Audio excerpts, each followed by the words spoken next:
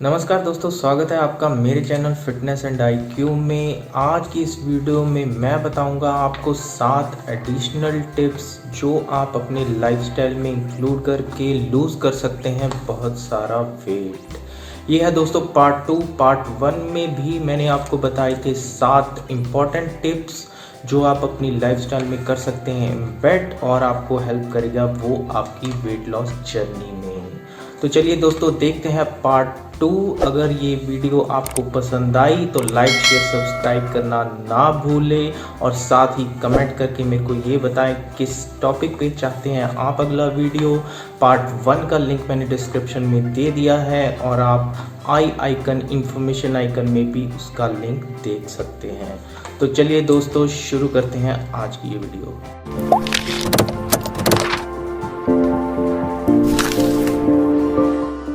8वीं टिप दोस्तों, 8वीं टिप ये है दोस्तों कि आपको कर लेना है अपना डिनर शाम को 8 बजे से पहले। अगर आप सोते हैं रात को 11 बजे तो आपको मेक श्योर करना है कि आप अपना डिनर 8 बजे से पहले कर लें, क्योंकि सोने और खाना खाने के बीच में होना चाहिए कम से कम 2 से 3 घंटे का गैप। उसका रीज़न ये है कि रात को हमारा मेटाबॉलिज्म होता है स्लो और होती है मुश्किल डाइजेशन करने में बॉडी को। कम से कम सोने से 2 घंटे पहले आप रात का खाना खा लें ताकि खाने को डाइजेशन के लिए वक्त मिले। ऐसा करने से आपका डाइजेस्टिव सिस्टम नहीं ही इम्प्रूव होता बल्कि आपको खाना पचाने के लिए काफ़ी समय मिल जाता है। दोस्तों रात को हमारा मेटाबॉलिज्म काफ़ी स्लो होता है, इसलिए अगर हम रात को हैवी खाना खाएंगे तो वो सारा खाना जब शुगर और ग्लाइकोजन में कन्वर्ट होगा तो वो सीधा जाएगा हमारे फैट रिजर्व में और ये एक बड़ा कारण है वेट गेन होने का। खाना खाने के बाद सैर करना एक बहुत ही बेटर ऑप्शन है। हो सके खाना खाने के बाद 5 या 10 मिनट के लिए एक स्ट्रॉल के लिए ज़रूर जाएं। रात को कम क्वांटिटी में या सोने से काफ़ी पहले खाना खाने से आपको गैस्ट्रो रिलेटेड डिजीज़ या चेस्ट बर्निंग सेंसेशन भी नहीं होगा। रात को हैवी कैलोरीफिक वैल्यू वाले फूड आइटम्स या हैवी फूड आइटम से दूर रह के आप खाएं प्रोटीन डाइजेशन में भी इजी होता है और रात के लिए एक परफेक्ट ऑप्शन है। दोस्तों 9 टिप है यहाँ पे स्टार्ट एक्सरसाइजिंग। जी हाँ, अगर आप एक्सरसाइजिंग नहीं करते हैं तो try including exercising to your lifestyle. Day to day activities को बढ़ा दीजिए, हो सके तो जिम ज्वाइन कीजिए, हल्का सा रनिंग स्ट्रॉलिंग भी आप कर सकते हैं।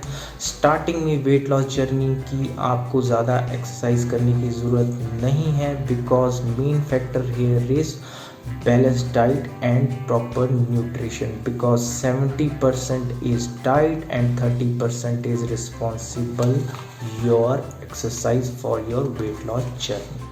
हो सके तो स्टेडी स्टेट कार्डियो और स्ट्रेंथ ट्रेनिंग को अपनी एक्सरसाइज रूटीन में ज़रूर फॉलो करें।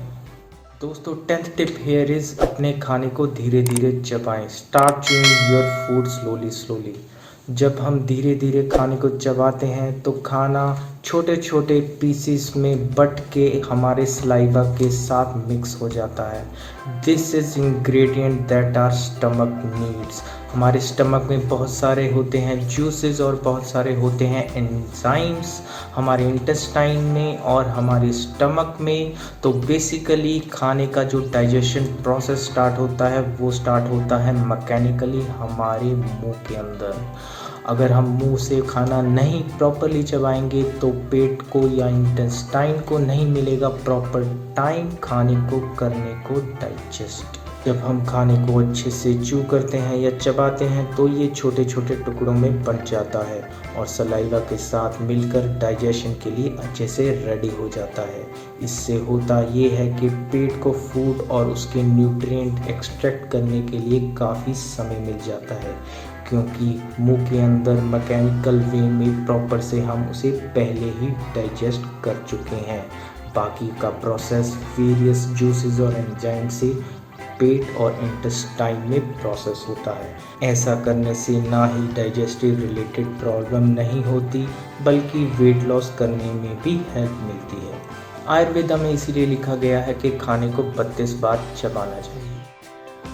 11th टिप दोस्तों, 11th टिप ये है कि जितना हो सके खाने को घर पे ही बनाएं। उसका रीज़न ये है कि आपको नहीं मालूम कि रेस्टोरेंट में क्या डाला है उन्होंने खाने में, फैट्स, ऑयल्स और कितने हैं उसमें न्यूट्रिशियस वैल्यूज़, और आपको नहीं मालूम क्या डाला है उन्होंने केमिकल्स और फ्लेवरिंग एजेंट्स। जब भी आप खाने को घर पे बनाते हैं आपको मालूम होती है उसकी न्यूट्रिशनल वैल्यूज़, कितना डाला है आपने फैट्स और कितने डाले हैं उसमें ऑयल्स।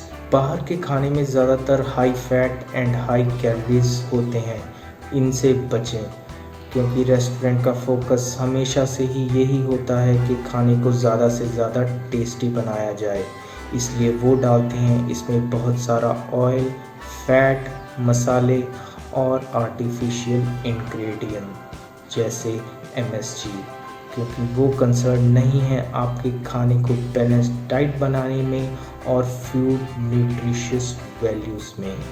इसलिए जब तक खाते रहेंगे आप खाना बाहर से, आप नहीं कर सकते अपना वेट रिड्यूस। 12th टिप दोस्तों, 12th टिप ये है कि करना है आपको शुगर को आउट अपनी लाइफ से। शुगर को नहीं है बॉडी में कोई भी ज़रूरत, हो सके तो करें इसको आउट, या पॉसिबल हो सके तो करें कम से कम इसका इनटेक। शुगर कन्वर्ट होता है ग्लूकोज में, बट ग्लूकोज हमें ऑलरेडी मिल जाता है कार्बोहाइड्रेट, फैट और प्रोटीन से। जब आप शुगर का इंटेक कम करते हैं तो आपकी भूख की क्रेविंग भी हो जाती है कम, आप बहुत कम कैलोरी खाते हैं। कार्ब्स की कंजम्पशन कम करने से शरीर एनर्जी के लिए कार्ब्स की बजाय आपके शरीर की जमा फैट को डिज़ोल्व करना शुरू कर देता है। कार्बोहाइड्रेट को कम करने का एक और लाभ ये है कि ये इंसुलिन के लेवल को भी कम करता है, जिससे आपकी किडनी और बॉडी से एक्स्ट्रा सोडियम को निकाल देता है और वाटर रिटेंशन भी नहीं होता। तो शुगर कम करने से होगा आपका इंसुलिन कम, जिससे कम होगा बॉडी का फैट, और इसके साथ ही डिज़ोल्व करेगी किडनी सॉल्ट को, जिससे कम होगी आपकी वाटर रिटेंशन की प्रॉब्लम, जो इन रिटर्न फिर से आपका रिड्यूस करेगा वेट। 13th टिप दोस्तों, 13th टिप ये है दोस्तों कि आप यूज़ करेंगे छोटी प्लेट्स का। जी हाँ, this looks to be unrelated, but ये एक साइकोलॉजिकल एस्पेक्ट है। साइकोलॉजिकल स्टडीज़ में, बल्कि बहुत सारी साइकोलॉजिकल स्टडीज़ में ये पाया गया है कि छोटी प्लेट में खाना खाने वाले लोगों की खाने की इनटेक कैपेसिटी 30% तक कम रही है दूसरे लोगों के कंपैरेटिवली, क्योंकि आपकी ब्रेन को जाता है ये इम्प्रेशन कि आपने खाना खाया है बहुत ज़्यादा, जब आप सेम क्वांटिटी ऑफ खाना खाते हैं बड़ी प्लेट में कंपैरेटिवली। इसको साइकोलॉजिकली समझें तो अगर आप खाने की सेम क्वांटिटी छोटी प्लेट में रख के खाएंगे तो आपके ब्रेन को ये इम्प्रेशन जाएगा कि आपने बहुत खा लिया, क्योंकि प्लेट भरी हुई थी। वहीं अगर आप बड़ी प्लेट में खाएंगे तो आपको लगेगा आपने कम खाया है, चाहे आपकी बॉडी को रिक्वायरमेंट हो या नहीं, फिर भी आप खाना ज़रूर लेंगे। इसी तरह कॉफ़ी, चाय के लिए आप छोटे कप्स यूज़ कर सकते हैं। ये छोटा सा चीज़ बहुत हेल्प करेगा आपको आपकी वेट लॉस जर्नी में। किचन की क्रॉकरी में ये एडजस्टमेंट आप कर सकते हैं इम्प्लीमेंट। दोस्तों 14th एंड लास्ट टिप ये है कि करना है आपको इंक्लूड फास्टिंग को अपने लाइफस्टाइल में। हो सके तो हफ्ते में एक बार फुल फास्टिंग, नहीं तो रेगुलर वे में कर सकते हैं आप इंटरमिटेंट फास्टिंग। इंटरमिटेंट फास्टिंग का सबसे पॉपुलर मोड है 16:8 रेशो।